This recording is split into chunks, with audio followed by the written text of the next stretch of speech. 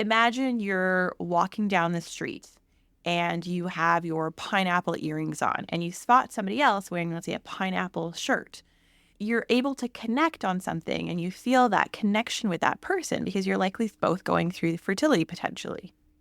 Yeah, that sense of community is especially important in today's digital age where online support groups and social media have become lifelines to so many people. Hi, superhumans. I'm Dr. Mavis Garcia. And I'm Dr. Wise. We're two of the physician leaders at Markham Fertility Center, otherwise known as Our Baby, MFC. As fertility specialists, we've witnessed firsthand the challenges, triumphs, and the myriad of emotions that come with trying to conceive. Whether you're just starting to think about having a baby, actively trying, or facing challenges along the way, My Fertility Podcast will be your go-to resource for honest conversations and a supportive community. So grab a cup of coffee or tea and settle in, and let's demystify the world of fertility together. Welcome back, superhumans. It is 2025. We had a great holiday. We're rested and we're ready and raring to go. On today's episode, we're going to be talking about the pineapple and why the pineapple is everywhere when you think about fertility and you're on social media and check out those fertility forums. There's pineapple emojis, pineapple earrings, pineapple shirts, pineapple socks, people eating lots of pineapple as well. And in fact, we're sharing a pineapple right now. I have to admit, I was a little hesitant about recording this episode, but you convinced me. One of my New Year's resolution is to listen to Dr. Wise more. That's what's going to happen in 2025. Pineapples have popped up as a symbol of hope, resilience, solidarity for those navigating fertility challenges. And we see them everywhere. And we get lots of pineapples too from patients. Yes. In this episode, we're going to explore the history and cultural significance of pineapple, their adoption into modern fertility community, and even talk about their nutritional properties. We're also going to discuss the symbolism behind finding hope during your fertility journey. So whether you're here for the history, the science, or the inspiration, this episode has something for everyone. Let's get started. One more thing. It turns out that pineapple is not only a symbol for fertility, it is a symbol for something else. So you're going to have to listen to the whole episode as we explain what that is. So let's start by exploring the origins of the pineapple as a symbol. Pineapples are native to South America, and they were first cultivated by the Tupi-Guarani people in present-day Brazil and Paraguay. To these indigenous groups, the fruit symbolized hospitality and abundance. So when the European explorers encountered pineapples in the 15th century, they were fascinated by this exotic sweet fruit. Pineapples were soon introduced to Europe, but they were so rare and expensive that they became a status symbol. In colonial America, pineapples became a symbol of hospitality. They were often displayed at the center of dining tables or even carved into furniture and architecture. A host offering a pineapple was signaling warmth, generosity, and a welcoming spirit. And you can definitely see pineapples a lot in that colonial furniture. I'm imagining, that plantation type resort in Jamaica. I'm also now fantasizing about going on vacation. Okay, we just came back from vacation. We gotta work now. Okay. But how does this relate to fertility? Historically, symbols of fruitfulness and abundance often been tied to fertility. The pineapple's striking shape with its many spiky eyes and sweet interior has been associated with the idea of life, growth, and vitality. The pineapple's resilience is another key connection. It actually thrives in really challenging environments. And in fact, this is why I can manage to keep one alive in my office. Just as individuals and couples navigate fertility challenges are often enduring tough conditions with hope and determination. Let's fast forward to today. The pineapple has become a defining symbol in the modern fertility community, especially about those trying to conceive or TTC. The rise of the pineapple and fertility culture can largely be attributed to social media. If you search hashtags like hashtag TTC journey or hashtag IVF strong, you'll find thousands of posts featuring pineapple imagery and emojis. This trend likely began with the idea of eating pineapple core after ovulation or embryo transfer during the IVF cycles. The core contains bromelain, an enzyme that is thought to have anti-inflammatory and blood-thinning properties that might theoretically support implantation.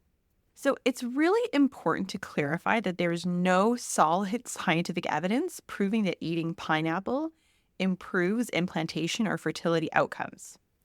However, the ritual of eating pineapple has become a symbol of hope, a small, empowering act for those on their journey.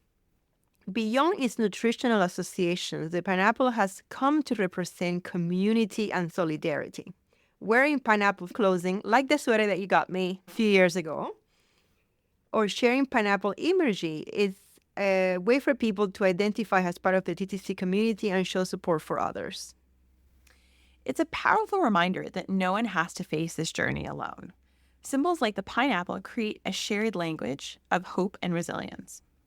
Now, since we're fertility specialists, we'd be remiss if we didn't dive into the science behind the pineapple. Specifically, let's talk about bromelain, the enzyme that's often linked to fertility.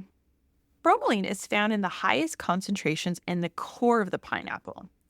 So, as we said, it has anti-inflammatory properties and acts as a mild blood thinner.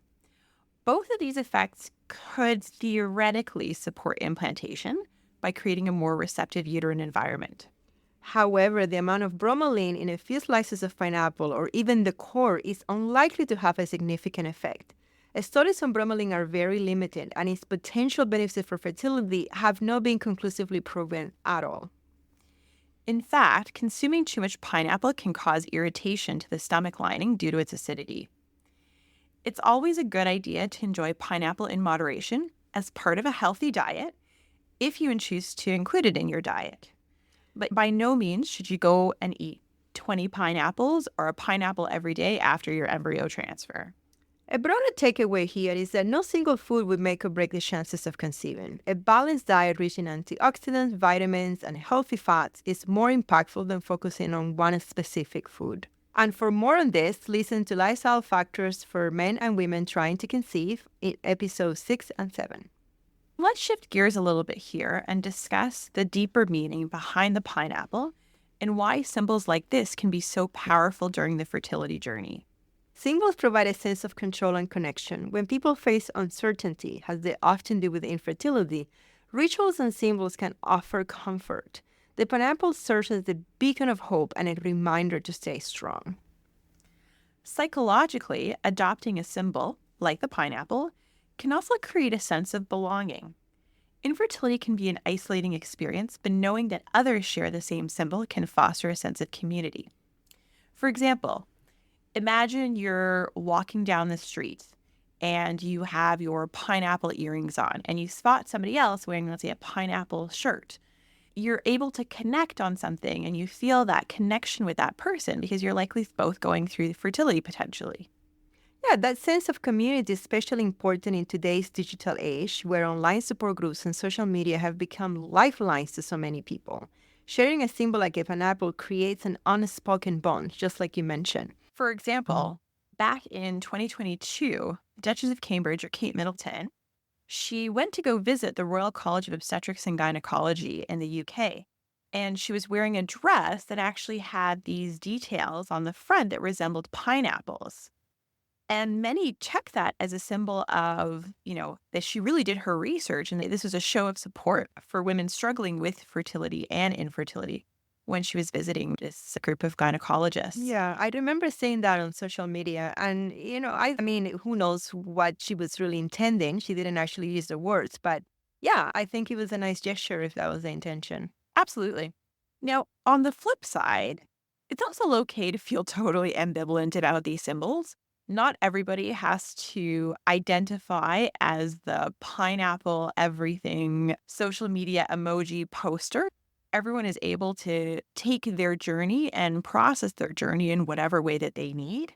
Not everybody finds comfort in them and the symbol, and that's totally valid too.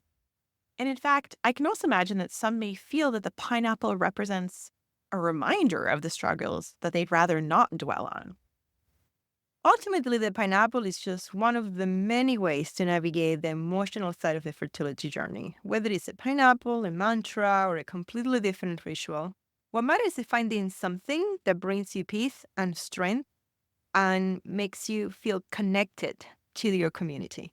As fertility specialists, we often see how emotional resilience and a sense of hope can make a significant difference. It's not just about the medical treatments, it's about the mindset and the support system that carries you through.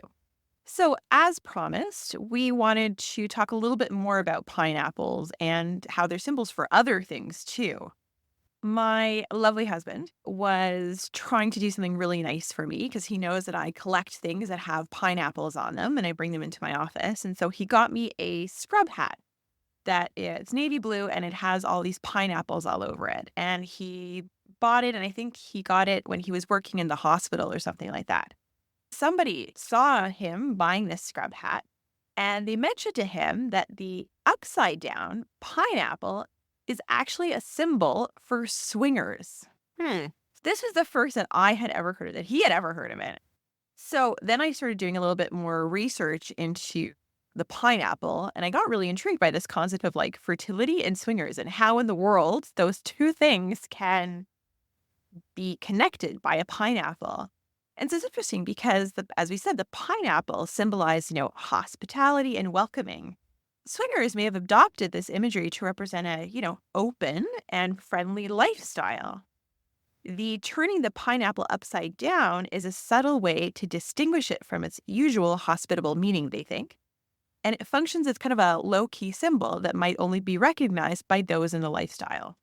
What's even more interesting is that the upside down pineapple probably came from cruise ship and resort culture.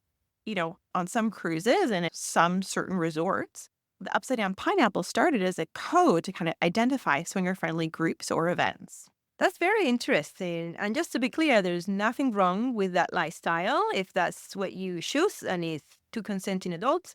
But I think it's important to be aware because you don't want to be caught in an uncomfortable situation if you don't know what other things pineapple can symbolize. Mm-hmm. And I think that really goes back to the power of symbols, where something like a pineapple can mean so much to a certain individual and can have so much meaning and have so much depth. And to somebody else, it's a fruit.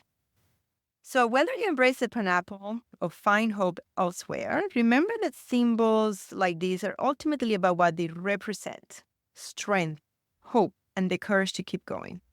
We know infertility can be an incredibly challenging journey, but symbols like the pineapple remind us of the resilience, community, and hope that defines this path.